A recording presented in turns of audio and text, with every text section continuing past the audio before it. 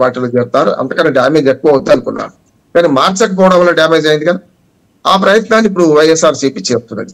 ఈ క్రమంలో ఇవాళ కాదు కదా, బాలినేని శ్రీనివాసరెడ్డి గారు కానీ, అంతకుముందు మనకు ఆళ్ళ రామకృష్ణారెడ్డి గారు కానీ, నిన్నటికి నిన్న చూస్తున్నాం మనం పార్థసారథి గారు, అంతకుముందు నిన్నటికి నిన్న మనకు కాపూర్ రామచంద్రరెడ్డి గారు రాయదుర్గ నియోజకవర్గం. ఇట్లా చూసుకుంటే ఖచ్చితంగా తిరుగుబాటు జరుగుతున్నాయి.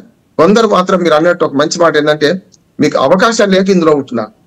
కొందరు స్పష్టంగా మాకు టికెట్ రాకపోయినా సరే జగన్ అన్నతోనే ఉంటా, రోజా ప్రకటించింది, అమ్మ రామారావు ప్రకటించారు, వీళ్ళు ఇంకో పార్టీలకు వెళ్ళలేరు కూడా. 12 టికెట్ రాకపోయినా వీళ్ళు ఇంకో వేరే పార్టీలకు వెళ్ళలేరు. ఎందుకంటే వ్యక్తిగతంగా విమర్శించుకున్నారు, వ్యక్తిగతంగా దూషించుకున్నారు కనుక. ఓ పార్టీ పరంగా దూషించుకుంటే వేరు, కానీ వ్యక్తిగతంగా దూషించుకున్నారు కనుక వీళ్ళకి ఆ పార్టీలో అవకాశం లేకపోవచ్చు. అందుకని వాళ్ళు జగన్ అన్న చెప్పిన మాట వింటామని అంటున్నారు. ఇక ఇటు కేసీఆర్ నారాయణ గారికి విషయానికి వస్తే, ఆయన ఇప్పుడు కాదు 2 సార్లు పార్లమెంట్ మెంబర్ గా ఉన్నా, పోయిన ఒక 4-5 ఏళ్ళ నుంచి చూస్తుంటే మీకు తెలుగుదేశం పార్టీ కార్యకలాపాలకు దూరంగా ఉంటున్నారు. బహిరంగంగా తెలుగుదేశం పార్టీ అంతర్గత వేదికల మీద పంచుకోవాల్సిన విషయాలను బయట బుద్ధా వెంకన్నతో గొడవ సందర్భం కానీ, చంద్రబాబు నాయుడు ఆదేశాలను ధిక్కరిస్తూ మాట్లాడిన సందర్భం చూసినాం మనం. అంటే నేను స్వతంత్రుని, నా ఇష్టం ఉన్నట్టు చేస్తాను.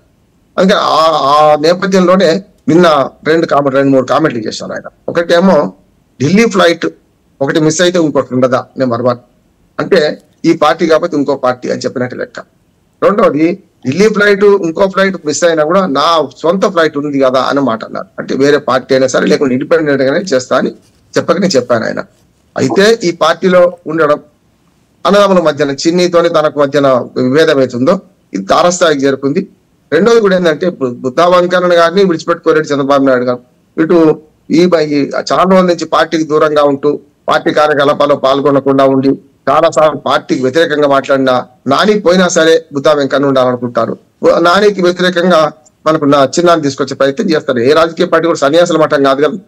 ఇంకా రెండోది ఏముంటుందంటే, గెలుపు కుర్రాలు కూడా అవసరమైంది. ఇప్పుడు రవిశంకర్ గారు ఈ ఎన్నికల విధానం ఎట్లా ఉన్నది, ఎఫ్పిటిపి అంటే first pass the post system. అంటే ఒక ఓటు ఎవరికి ఎక్కువ వస్తే వాళ్ళు గెలుస్తారు. 100 ఓట్లలో నలుగురు చేర్చుకుంటే ఓ 30 ఓట్లు వచ్చిన వాడు గెలిచే అవకాశం ఉంది. జరుగుతుంది అది, దేశంలో జరుగుతుంది అది. కనుక రేపు పొద్దున ఏంటంటే, ఒక్క ఓటుతో మెజార్టీతోనే మన వాడు గెలవాలనుకుంటారు. దాని కుల ప్రాతిపదిక మీద రాజకీయాలు నడుస్తున్నాయి కనుక కులాల సమీకరణ ఉంటది. ఆ సమీకరణలో ఒకసారి మంచి కావచ్చు, ఒకసారి చెడ్డ కావచ్చు, అందరూ గెలవాలని ఏం లేదు. ఒకటి ఆర్థిక సమస్య, రెండోది కులాల సమస్య, మూడవది అసలైన సమస్యను మారుస్తున్నారని నేను అంటున్నాను. మిగతా మీరు ఎందుకు ముక్కలాట ఆడుతున్నారంటే, ఇటు పక్క బీజేపీ ఇంకా తేల్చలేదు టీడీపీ జనసేనతో పొత్తుంటుందా లేదా. జనసేనతో మా పొత్తుంటుంది అంటుంది, కానీ ఈ 2 కలుస్తాయో తెలియదు, 3 కలుస్తాయో తెలియదు. ఈసారి కాంగ్రెస్ పార్టీ పరిస్థితి షర్మిల చేరినా ఇంకెవరు చేరినా ఎంత దాకి పెట్టి లేట్లా లేస్తుంది అనే నమ్మకం అయితే నాకు లేదు. అటుపక్క ఇంకో పార్టీ కూడా ఉన్నది, జనసేన పార్టీకి టీడీపీ బీజేపీ కాకుండా కమ్యూనిస్ట్ పార్టీలు కూడా. వీళ్ళ జనసేన కనుక ఇటు పక్కన మన జనసేన టీడీపీ మాత్రమే ఉంటే కమ్యూనిస్టులు కాంగ్రెస్లు కూడా కలవాల్సి వీళ్ళతో కలుస్తారని నేను అనుకుంటాను, జగన్మోహన్ రెడ్డికి వ్యతిరేకంగా.